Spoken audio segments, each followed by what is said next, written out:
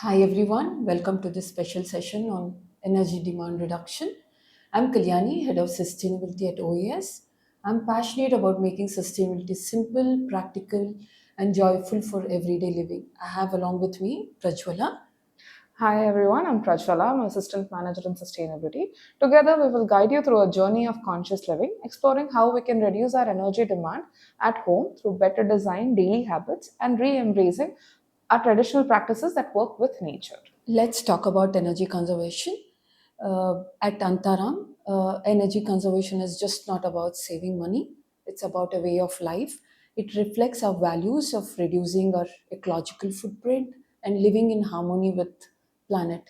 This session is filled with easy, actionable ideas that can be implemented right away in your own home. Whether you're looking to optimize your appliances or just trying to stay cool in the summer without overusing the AC, we are here got something useful for you. Now, what exactly is energy demand reduction? It's not about discomfort or sacrifice. It's about smart usage of electricity, particularly during peak hours, and shifting to cleaner sources like solar power. For instance, run your washing machine or ironing your clothes during daylight hours when your solar panels are most active. Avoid running multiple high load appliances at the same time. Say, don't use your geyser, air fryer, or oven at all at once. And remember, turning off appliances completely, not just leaving them on standby, make on real differences. This reduces the pressure on electricity grid, especially during high demand times, and extends the life of your appliances too. Why should one reduce energy use? That's something that we need to look at right now. There are several benefits. Lower electricity bills is obvious one. Who doesn't want that? But also significantly lowers your carbon footprint and reduces dependency on your fossil fuels. Most importantly, it helps us to live more in sync with nature. For example, an average household consumes around 300 units per month, can reduce this by 20 to 30% just by mindful and contributing to collective climate action. Let's take a closer look at how energy is typically consumed in an average household. As you can see in this pie chart, air conditioning is by far the biggest consumer. It accounts for around 38.9% of typical energy use, especially if the AC is running for more than 3 months in a year. Next comes lighting and refrigeration. But in Organo Antharam and Organo homes, the design is prioritized to bring in natural daylight in all the designs, which drastically reduces the need for artificial lighting during the day. Other loads like fans, water heating, kitchen appliances, and various gadgets are a part of our everyday life and are more difficult to eliminate drastically. But by understanding this breakdown, we can easily see where to focus first. That is, reducing our cooling loads and lighting energy use, and then working on smaller but important habits around other appliances. So, understanding peak summers in Hyderabad. Extreme weather conditions, particularly high temperatures and humidity levels, significantly increase the cooling load on your appliances, forcing them to work harder to maintain a comfortable indoor environment. Implementing strategies for energy demand reduction not only helps keep indoor spaces pleasant and comfortable, but also prevents excessive strain on our cooling systems, ultimately leading to improved efficiency, lower energy bills, and longer appliances lifespan. This understanding is derived from a careful analysis of the psychrometric chart, which illustrates the relationship between temperature, humidity, and comfort levels. So, what is a psychometric chart? Think of it as a weather map of air. It helps us understand how comfortable or how uncomfortable our indoor air feels by the hour. Again, let's break it down. The bottom line, which runs horizontally, shows the temperature of the air, basically how hot or cold it is. Then we have these curved lines going upwards, which shows the humidity levels. This means how much water vapor or moisture is present in the air. This chart may look empty or complicated at the first, but once we start plotting points on it, it begins to tell a story. In design, this chart guides us to use passive strategies. So we can stay comfortable without relying heavily on mechanical cooling and dehumidifiers in some cases. This gives us benchmark to not to over engineer. So while it may look scientific, it really is a powerful tool for creating healthier and more energy efficient homes. This here is the psychometric chart of Hyderabad. This data is generated using Hyderabad weather data, and one of the factors considered here is clothing choices, in this case set to business casual as a preset in the software. What we wear plays a significant role in influencing our thermal comfort. Let's focus on the green area in the psychometric chart. This is called the comfort zone. It represents the conditions where most people feel comfortable, not too hot, not too humid, not too cold. Essentially, the sweet spot for thermal comfort. Interestingly, the chart shows that several of the hours in Hyderabad's weather data conditions actually fall within the comfort zone. However, if you look closely, you will notice many arcs marked in dark blue and some light blue tiles lie outside of this comfort zone, particularly towards the right side of the psychometric chart. We don't have to worry about the left side. What does this tell us? It means that during these hours, people feel lightly uncomfortable without some form of cooling or dehumidification. When we focus specifically on extreme heat, especially temperatures exceeding 40 degrees Celsius, it's surprising to find that this only occurs for about 10 to 15 hours in an entire year. This is a powerful insight. It reveals the extreme heat isn't a daily challenge in Hyderabad. It is, in fact, a quite rare incident. So instead of designing our homes solely to handle these few extreme hours, we can prioritize strategies that ensure comfort during the more common warm condition experienced throughout the year. By designing for overall comfort and integrating passive cooling strategies, such as effective shading, natural ventilation, high performance materials, and thoughtful orientation, we can significantly reduce the dependence on heavy air conditioning systems, even in a warm city like Hyderabad. Now, let's talk about one of the most powerful and overlooked ways to keep our home cool with passive cooling, that is, thoughtful ventilation and insulation. First is ventilation. A simple but effective strategy is cross ventilation. This means opening windows on opposite sides of your home to allow fresh air to flow straight thoroughly. In Antharam homes, as you can see in the plan, we have already thought about this deeply. We have included jalis, and the design naturally guides the airflow and helps push out hot air and pulls in cooler air. Also, another important intervention is curtains and insulation. Using thick curtains and khadi drapes is an easy and beautiful way to block out harsh summer heat. These natural fabrics act like a thermal barrier, keeping interiors cooler during hot months, and in winters, these same curtains help trap warmth inside the house, reducing the need for extra layers. These solutions might seem simple, but they are incredibly effective. Another key part of passive cooling is using shades and glazing strategies. Let's start with shade by installing tinted screens on gable windows that are provided in Organo Antharam. Traditional bamboo chicks on west and south facing windows, we can significantly cut down the amount of direct heat entering the home.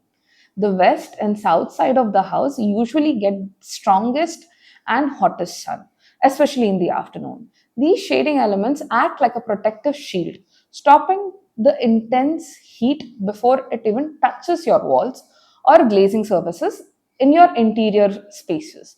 When we use tinted glass or shading device, we allow diffused daylight to enter. Diffused daylight is soft and pleasant. It brightens up the interiors without heating it. Plus, when we design to bring in more natural light, we naturally reduce our dependency on artificial lighting during the day. In your first floor bedrooms, there's a small window placed high up. By keeping these windows, you allow the hot air that collects near the ceiling to escape. This works on the principles of stack ventilation. This design was well thought out. Warm air rises up naturally, and when you open the top window, it creates a path for this hot air to move out, while cooler air from lower areas or other windows flow into it to replace it. If you are worried about insects, you can simply add a mesh screen, which can be installed by a local handyman. And remember, you only need to keep this window open during the summer months, when flushing out the hot air makes a biggest difference. By practicing this small habit, you can maintain the thermal comfort naturally, reducing dependency on your AC and creates a healthier and breezier indoor environment.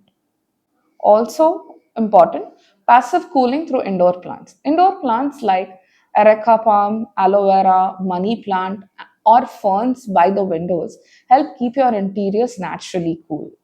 So, as a recap, here are a few simple but impactful habits you can start practicing right away to save energy at home. First is maximize natural daylight as much as possible into your indoor spaces. Open those curtains, let the sunlight in. This way, you can avoid using artificial lighting during the day.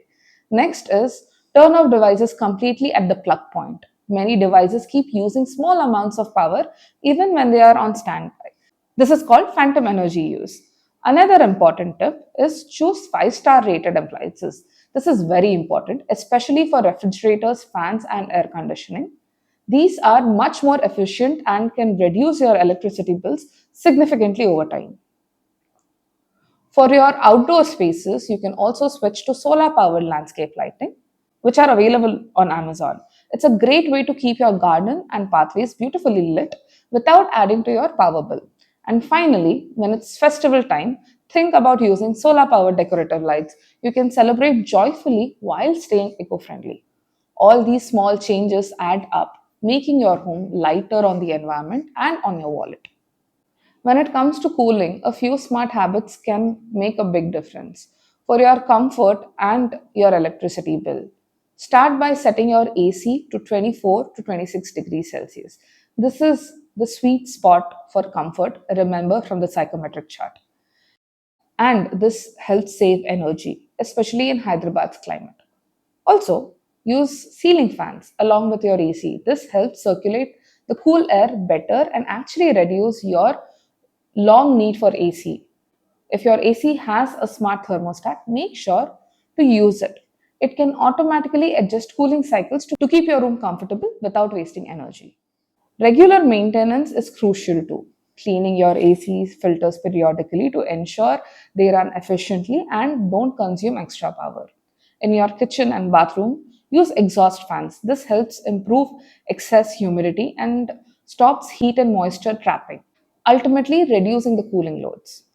Another one tip, dress appropriately indoors, wearing cotton in summer and layer up in winter.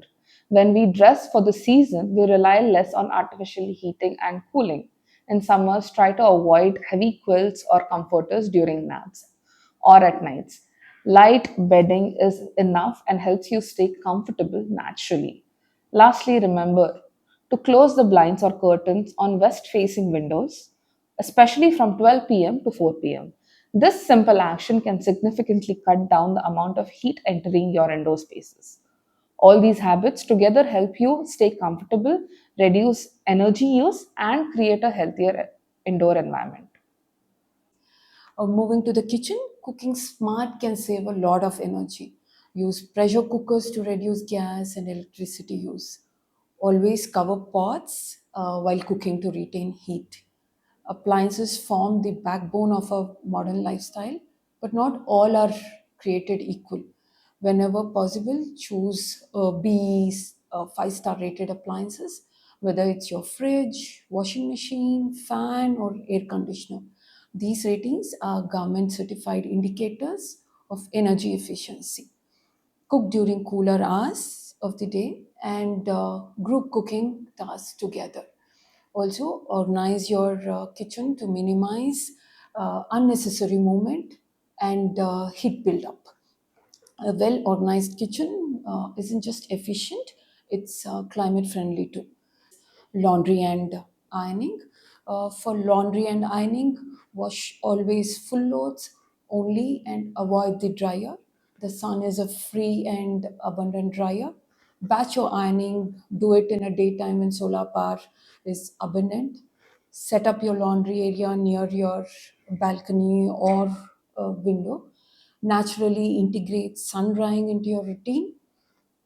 The next, we are talking about how behavioral changes can impact energy saving. Beyond devices and technology, our daily eco habitats matter the most. Switch off the lights and appliances when not in use. Use your natural daylighting as much as possible. Avoid leaving things on standby. The next important thing is how can we design our landscape for energy conservation. Let's now look at how landscape around your home can significantly reduce your energy demand.